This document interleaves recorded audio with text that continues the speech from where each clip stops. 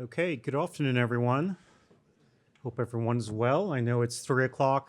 The body's a little tired and the minds might wander a bit, but if you can give me 30 minutes of your time here for us to just share a little bit about the work we've been dealing with for the past 10 months from our district, San Diego Community College District, LA Community College District, and Riverside in the expansion of this scenic air services for the community college system within California.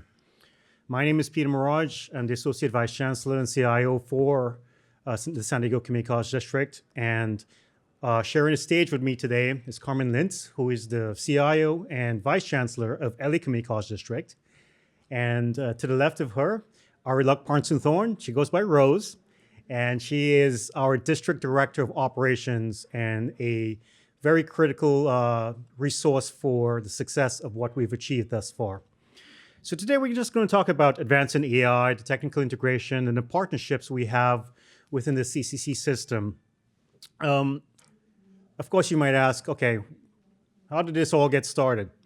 Well, to the left of me, that is a little award that our district received for some innovation on a project that CENIC recognized us with. I think it was back in April of 2024.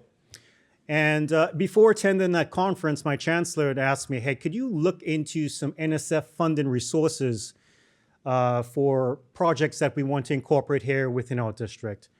So at that conference, there was a workshop, and there was this guy going to be speaking about the CC Star NSF funding, and his name is Dr. Larry Smar. Larry had to step away this afternoon, but I thought to myself, good, I'm going to go there. I'm going to try to learn as much as possible about CC Star and get some traction on this particular topic. So in essence of that, there's Rose, of course, very, very proudly holding the award. I met Larry, and Larry got all excited about the community college system and being part of NRP. And he started talking about all this stuff. And I was just like, I have no idea what the heck you're talking about, but this is cool. I'll take the necessary time and to invest into learning as much as I can to at least bring this technology into our district itself. So I went back to our district office, spoke to my boss, Chancellor Smith, and I said, hey, you got to meet this gentleman. We're going to meet some folks from the San Diego region. So the CIO from San Diego State, and then, of course, Larry came over, and some of the staff from San Diego State came to our office. And Larry was of course, very motivated about sharing this. And I remember he was like, get this done. He's pounding the table. I was like, okay. And of course, my boss has bought into this idea as well. So that's where it all started 10 months ago, from nothing to actually having a node, building out some infrastructure. And I'll share a little bit more about the progress that we've made. But just to give you some numbers at a glance here, this is our head count at this point. LACCD, they have 225,000 students, 13,000 employees. Us here in San Diego, we support 100,000 students, 6,000 employees, and Riverside is 60,000 and 3,500. Here in San Diego, we have 4 colleges. If you're in the San Diego region, you may have either attended one or give a lecture. It's Mesa College, San Diego City, Miramar College, and the College of Continuing Education. So a variety of colleges in different areas within the region. With that, we also offer baccalaureate degrees as well. So we have a baccalaureate degree in cybersecurity. I just brought in a new student into our team here in ITS. She's sitting here in the audience, and I have also some members from my team attending as well. So they're excited. Right now, they're drinking from a fire hose with all the great information that you've shared. So thank you all for doing that. Carmen, you want to share a little bit about LA? Thank you, Peter. So I am super excited to observe what San Diego is doing, and we are eager to begin our project in LA. At LA, we have 9 colleges. We serve 230,000 students, and We have a lot of faculty that are observing the need for fast changing workforce and ensuring that the curriculum that we have and the skills that we provide for our students are aligned with the future demands of the workforce. And in order to do that, we heard a lot of people talking earlier about the fact that you have students at the graduate level that come in with no foundational capabilities in terms of AI vocabulary, nonetheless actually practical utilization. We feel that, well, we know that by providing the practical tools in the hands of our students, we are going to enable them to be at least more fluent in the language and being able to absorb things much better as they progress through their studies. Secondly, we have a great number of students that are returning students for reskill, retrain, find a new career, and so far and so forth. And I think at the community college, we have the great advantage of being able to pivot quickly and provide those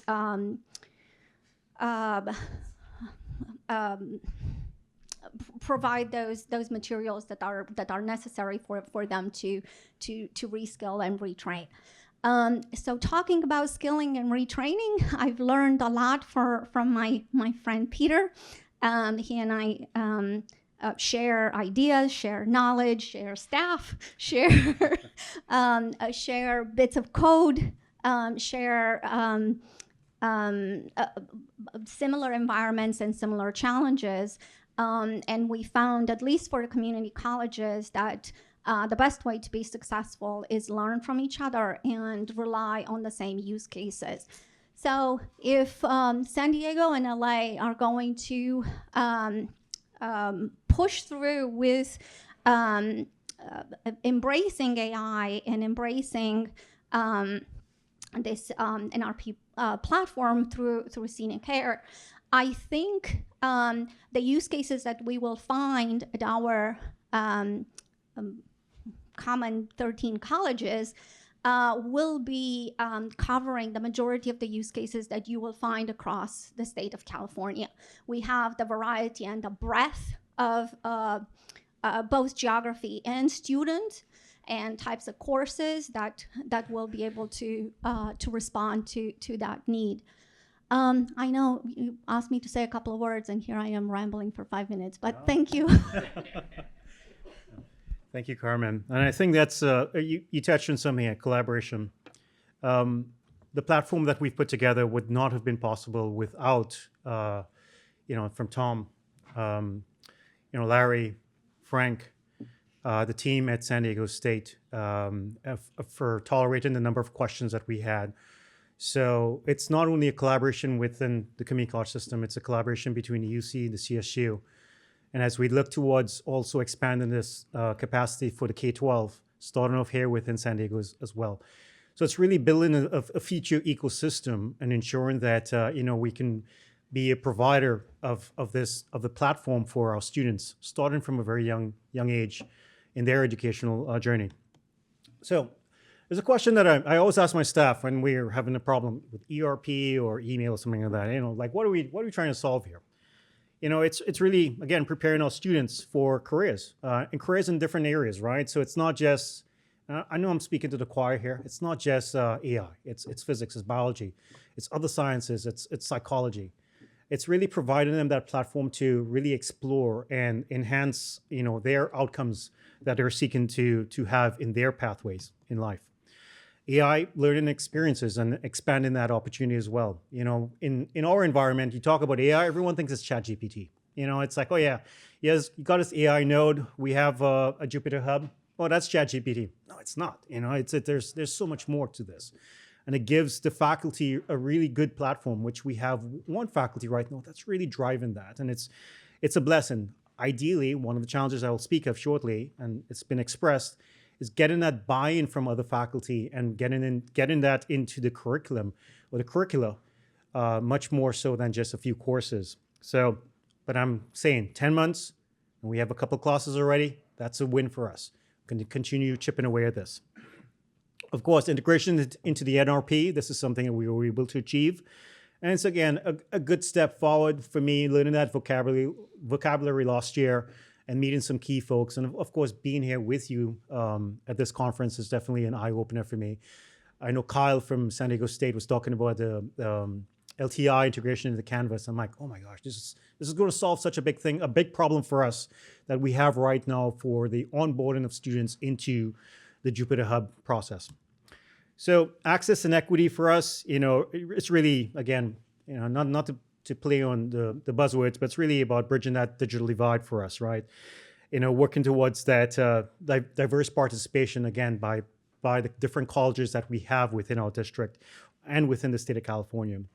What we have done for the past few months as well is really looking at providing additional resources for our faculty on the buying into this idea. Because without them and without the drive and the enthusiasm, this is not really going to be embraced much into the classroom itself.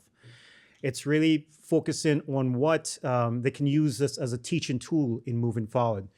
So, of course, we get, I fall into this trap as well. Like, the students need to do this, the students need to do that. Well, that's good. That's the particular audience, but the person that's sharing and broadcasting that information and actually can drive this are the faculty, are the deans of our different programs.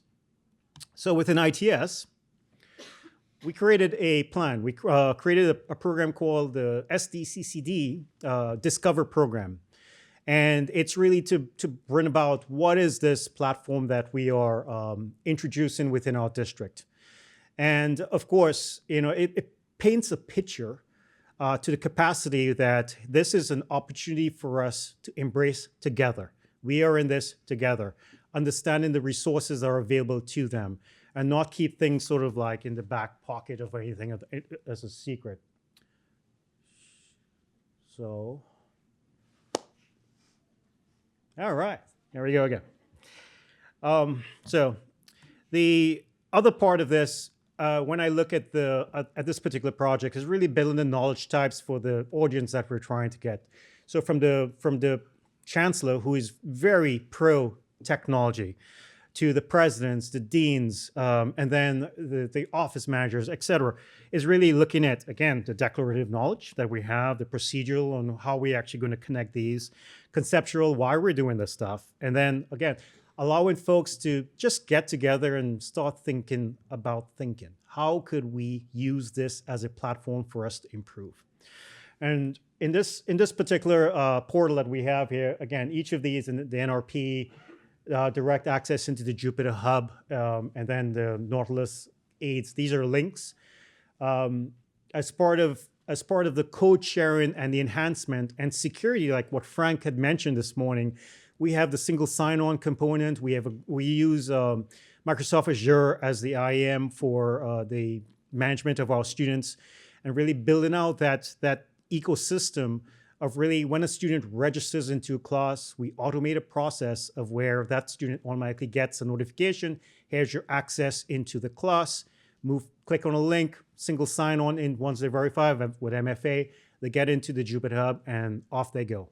One thing I learned, like I mentioned earlier, the CLI that was mentioned yesterday, I want that. We got to do that, because that's the beauty. Bridging that now into Canvas, money. I think it's a really good opportunity for us to look at efficiencies that we can get from the process. Of course, left screen, this is the administration that we have right now. There's a list, sorry, I took the names off here, but list of students that are populating. The fall was our first term. We had good usage within the platform. And on the right, this is, of course, if once the screen comes back up, that's the Jupyter Hub. There was a little blip here. I swear my Mac is new. Okay. Um, so you've seen this already, but when we look at the true process and the workflow, security is the foundation for many things that we do within our district. We're looking at access and ease of use for not only the faculty, but definitely the students, not to be confused. So building that workflow. We're a PeopleSoft shop for the ERP, and we do that integration right now directly into the Jupyter Hub as we build out this program. It's really about automation for preventing of duplicate work, and me giving Rose or asking Rose to help create some of these accounts. So you've seen this diagram before. It provides a little picture of where we are in California. So the color code, this is from Larry's, one of Larry's presentation here.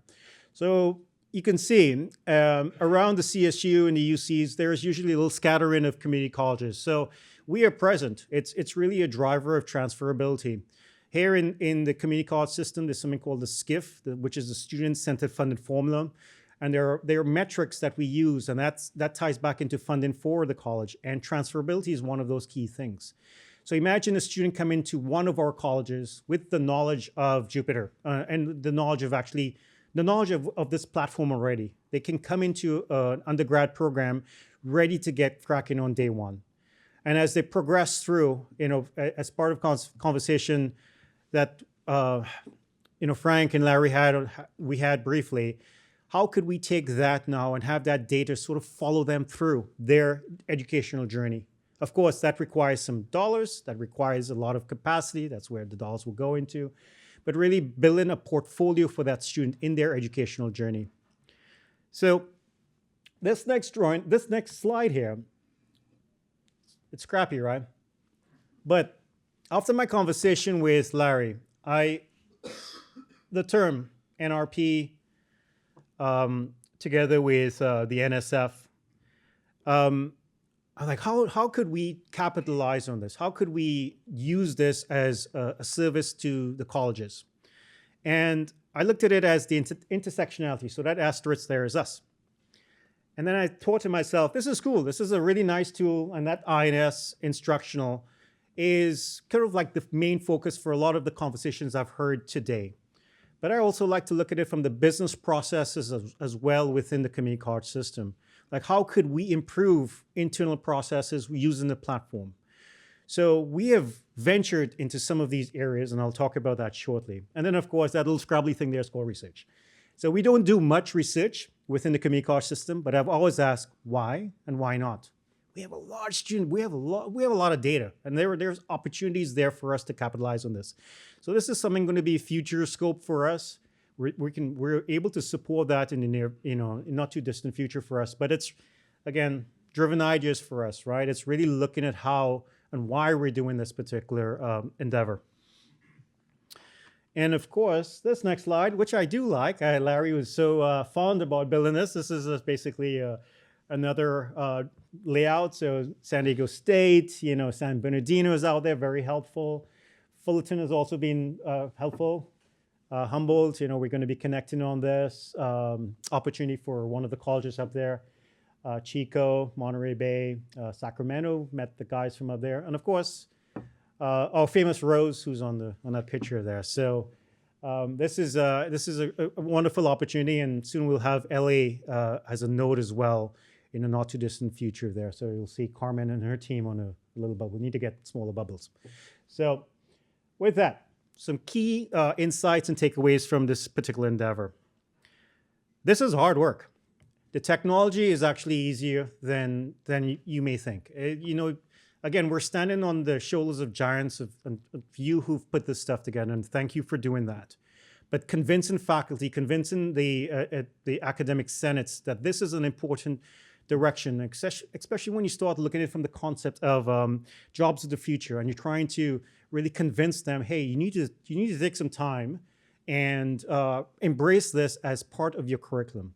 Yesterday, we listened to a presentation from the University of Missouri, and I thought to myself, my gosh, that guy's smart. We need to embrace some time and get some time with him, because if I can just spark one little ounce of interest from the faculty that we have, it's going to basically I shouldn't use terms of fire since California just wonder. Opportunities that we're going to blossom. I think it's going to be wonderful for us. So, again, other than that, it's the relationships that we've built. I think it's very key for the success. And it's really a shared approach in the discussions, the learning opportunities, and time. We don't have a lot of time on this particular topic. The next slide here is about the macro business aspects within AI. So what happened last week? DeepSeek, right? That came out. That disrupted everything.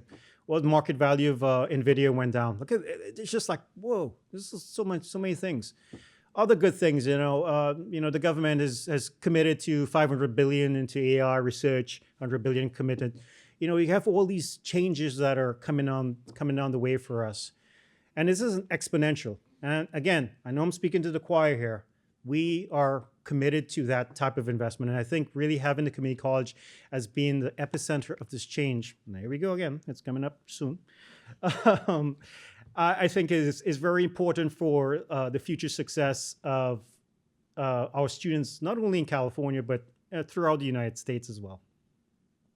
So if you remember from my little graph before, I had the intersectionality and had three silos, right? So we talked about instruction, we talked about business improvement processes. So how many of you are tired about the word agentic? I am. It's out a lot. Everyone's talking about it, but it's kind of cool. It's really beneficial, and we're starting to look at this now within our district as improvements within the business development aspect of operations. So with that, we created an AI tutor, and I thought it'd be fitting since we went to General Dynamics yesterday and we're talking about fusion. My background is in mechanical engineering, so entropy was always one of thermodynamics classes was always something fond of mine. So ask it some questions and stuff like that, just getting into basic physics. And I have this link to a data set that came out of MIT.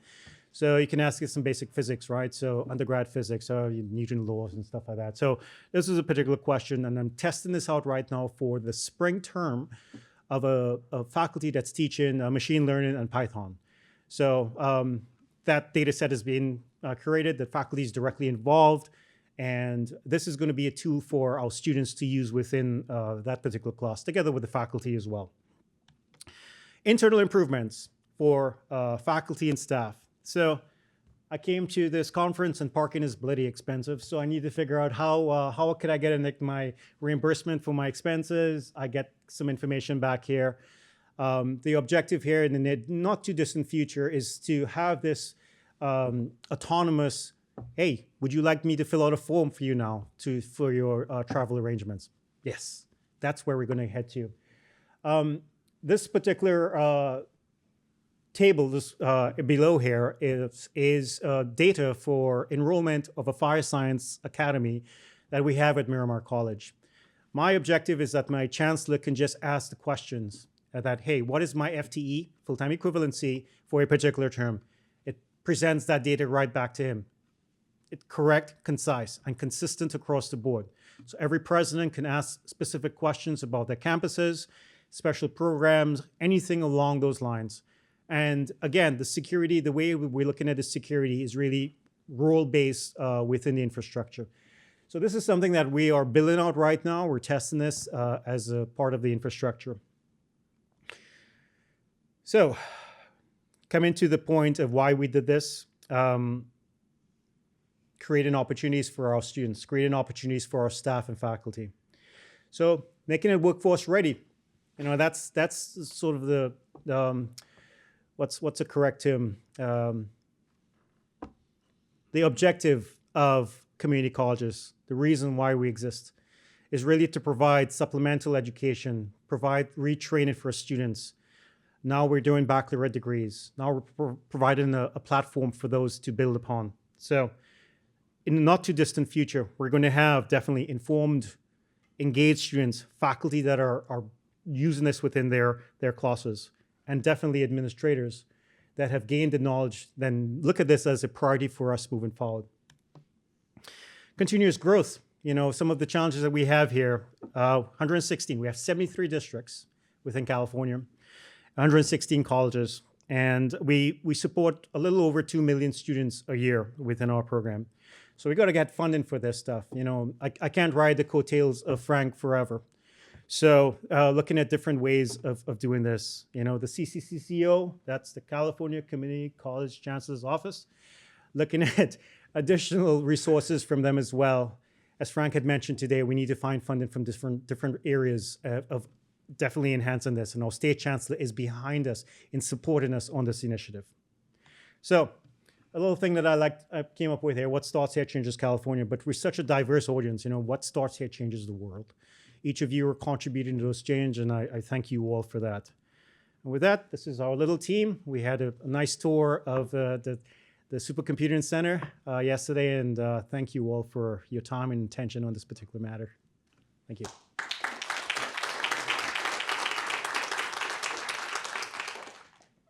Any questions? Frank? No? Anybody else first? If I may, I would like to add just one quick thing, Frank.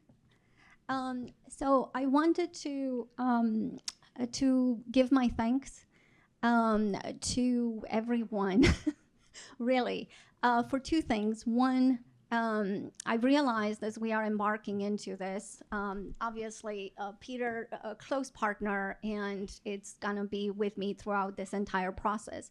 But I also realized that although California is a large state, that we have a pretty close community. And people that are very, very generous with their time and with their knowledge. I had Tom, who is generally very quiet and very humble, join, and Larry join me at my campus with our Technology Policy and Planning Committee and share their vision for what CENIC can do for the community college. We have people like Frank that have the vision of what bringing this platform to the community college can do for the economy, for our society.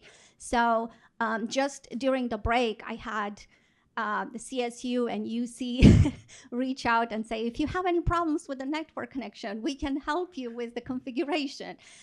So you have people that are willing to share all their knowledge and are generous with their time. So for that, I want to give my thanks. Before last year, I would have not envisioned this to happen in the community college district. I worked for the University of Chicago for 7 years, and they have a lot of research resources and whatnot. And typically you would think of an institution, I would think of an institution like that to have areas where you are exploring new technologies first, and to be able to be part of new innovative projects at a community college district is immensely, immensely helpful. So thank you for that. Thank you, Carmen. May I quickly add something to that? Sorry, one more word. Yeah, it's been a remarkable journey for us through getting access to the NRP, and filled with unwavering support from our partners at CENIC, UCSD, SDSU, and in the span, we heard about it last March from the CENIC conference, and after that, we were very excited about it, and then we had our first meeting in April.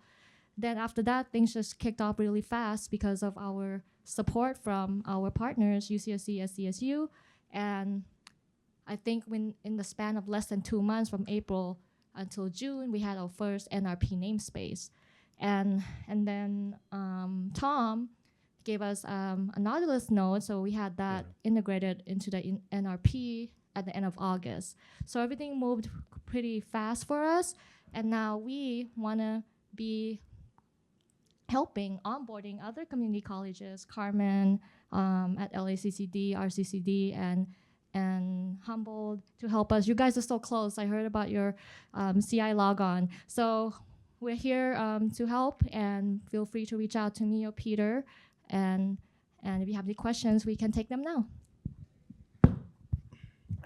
I have this vague recollection that you had the first 1 or 2 faculty at one of the community colleges in San Diego that were doing stuff. Can you remind us what those were, or am I misremembering? No, you're correct. So they're teaching the machine learning class in the last fall, and Python. I see. So the last fall, you already had the first class Correct. being taught on NRP. That's correct.